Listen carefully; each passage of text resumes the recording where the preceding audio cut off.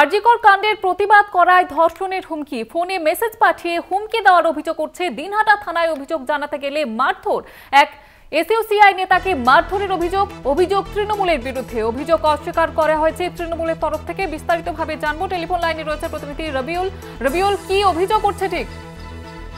দেখো, তোমাকে জানিয়ে রাখি, কলকাতা আরজিকর কাণ্ডে যখন গোটা রাজ্যের মেয়েরা পথে নেমেছিল তার কিন্তু ব্যতিক্রম ঘটেনি। দিনহাটাতেও যে মেয়েরা পথে নেমেছিল, রাত দখল করেছিল, তাদেরই মধ্যে একজন মেয়েকে, অর্থাৎ প্রতিবাদী মেয়েকে, গতকাল সঞ্জয় দাস নামে এক যুবকের ফেসবুক প্রোফাইল থেকে সেই মেয়ের প্রোফাইলে মেসেজ আসে যে, এবং সেই মেসেজে তাকে হুমকি দেওয়া হয় যে তুই অনেক বার বেড়েছিস, তোর কপালে দুঃখ আছে, তুই শীঘ্রই রেপ হবি। ঠিক এমনটাই কিন্তু অভিযোগ সেই মেয়ের। পরবর্তীতে সেই সোশ্যাল মিডিয়া ফেসবুকে সেই রেপের হুমকি পেয়ে সেই মেয়ে তড়িঘড়ি দিনহাটা মহিলা থানায় কিন্তু অভিযোগ জানাতে আসে।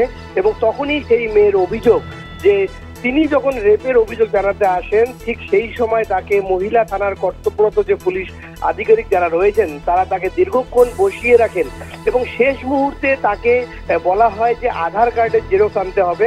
এবং সেই আধার কার্ডের জেরক্স আনার জন্য স্থানীয় দিনহাটারই এসইউসিআই নেতা তথা সেই মেয়ের কাকা, সম্পর্কে কাকা হয়, তিনি যখন থানা চত্বরের বাইরে সে আধার কার্ড জেরক্স করতে যান, ঠিক সেই সময় তাকে রাস্তায় ফেলে কিন্তু মারধরের অভিযোগ ওঠে তৃণমূল আশ্রিত দুষ্কৃতীদের বিরুদ্ধে।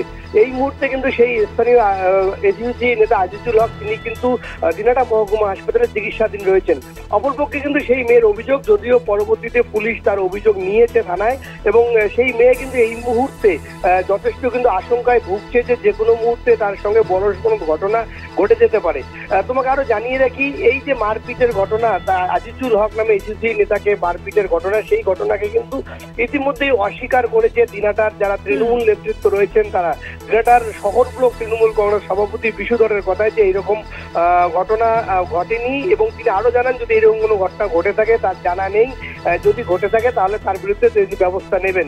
তবে তোমাকে জানিয়ে রাখি, রাত দখলের যে মেয়েরা রাত দখল করেছিল, সেই রাত দখলের মেয়ের মধ্যেই কিন্তু অন্যতম ছিলেন এই যে অভিযোগকারিনী মেয়ে, তিনি সেই রাত দখলের তাকে এবার ধর্ষণের হুমকি। ধন্যবাদ জানাবো তোমাকে রবিউল। আমাদের সঙ্গে ছিলেন প্রতিনিধি রবিউল হোসেন।